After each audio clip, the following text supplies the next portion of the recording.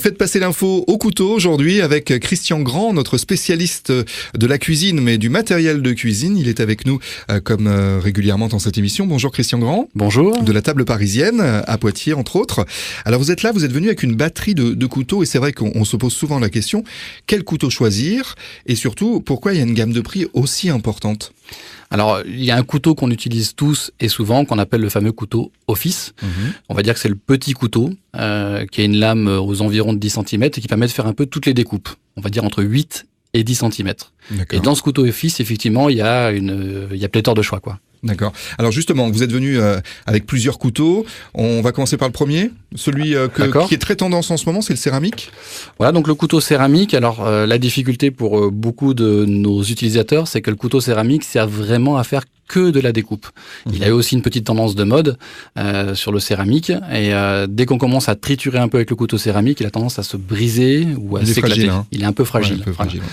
Alors, il y a une marque qui sort du lot qu'on ne peut pas citer, mais qui a une résistance à sa lame, mais la plupart sont assez fragiles. Un bon couteau céramique, il faut compter une trentaine d'euros. Hein. C'est à peu près ça, voilà. D'accord. Ensuite, un deuxième couteau ? Alors après, on a les couteaux dits fabrication française.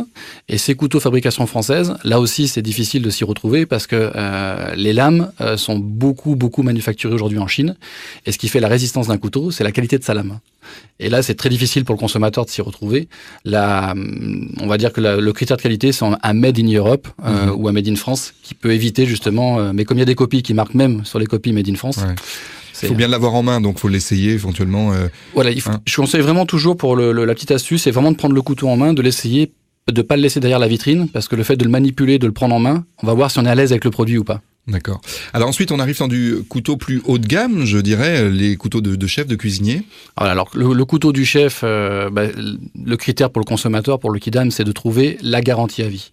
S'il est écrit garantie à vie, là vous êtes sur un couteau qui est un couteau haut de gamme et sur lequel vous n'aurez pas de problème. Et ce qui va faire la différence de ce couteau-là, c'est l'équilibre parfait que vous allez avoir entre le manche et la lame. Quand vous allez le prendre en main, un peu comme une image de balançoire, et bien la balançoire, elle sera pile poil équilibrée, ce qui fait que quand vous allez faire la manipulation pour découper, vous aurez une prise en main excellente. Mais ce qui explique aussi la différence de prix, parce que là, dans ce que vous m'avez apporté, par exemple, on est sur du 50, voire presque 70 euros. Voilà, dès qu'on monte sur un produit effectivement à 70 euros, on a un équilibre parfait entre la lame, le manche et surtout l'ergonomie du produit. C'est pour ça qu'il faut le prendre en main pour s'en rendre compte. Et puis après, au-dessus de ça, c'est la garantie à vie.